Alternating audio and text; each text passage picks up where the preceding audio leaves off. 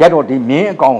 80 80လောက်နဲ့ဒီစခန်းကိုလာတဲ့အချိန်မြင်းကန်တာကိုဥပညာခံလိုက်ရဥပညာမြင်းဘဝကနေပြုတ်ကြတယ်ခြေတော့ကအယိုး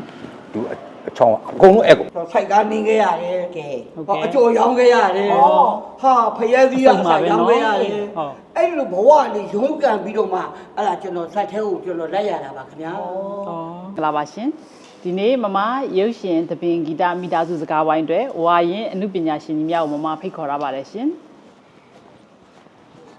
ဟာပေါင်းကြော့ ဟာကိုမချမ်း အေးဘဲလာတာတော့ ဟောဗျာရုပ်ရှင်တပင်ဂီတမိသားစုရဲ့စကားဝိုင်းကိုကျွတ်တို့ဖိတ်ထားလို့ဗျာ ဟာဒါဆိုအတူပဲပေါ့ကျွန်တော်တည်းဖိတ်ထားတယ် ဟုတ်လား လာပေါ့ ဒါဗျာဖောမယ်ဗျာ မတွေ့တာကြာပြီနော် အကြပြီဗော အေးဗျာ အခုမှပဲဆုံကြရတယ်ဗျာ ဟာဘဘတို့မင်္ဂလာပါဘဘရေ မင်္ဂလာပါသမီးရေ မင်္ဂလာပါခင်ဗျာ ဒီနေ့မမတို့ရုပ်ရှင်သပင်ဂီတမိသားစုစကားဝိုင်းလေးတွေဝါရင်တပါရင်အမှုပညာရှင်ကြီးများကိုမမဖိတ်ခေါ်ရပါတယ်ရှင်ဘဘချမ်းရေမင်္ဂလာပါရှင် မင်္ဂလာပါသမီးရေမင်္ဂလာပါ ဘဘဦးအောင်ကျော်ရေမင်္ဂလာပါရှင် မင်္ဂလာပါခင်ဗျာမင်္ဂလာပါ ဟုတ်ကဲ့တီတူရေမင်္ဂလာပါရှင်မတွေ့တာတောင်ကြာပြီတီတူရေဟုတ်မမတို့ဒီနေ့စကားဝိုင်းလေးအတွက်မမတို့ပြိတက်ကြီးကိုမမတို့စကားလေးတွေပြောပြချရအောင်နော် ဒါပေါ့နော်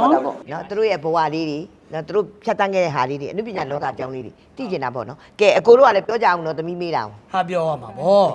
ဒါကတော့မေတုံကြုံတုံးလေးပြောရတာ ဒါပေါ့ကြုံလုံးစုံလုံးလေး တော့ပြောချင်လို့ပြောရတာမဟုတ် ဟုတ်ပါရှင့် ဘာတော့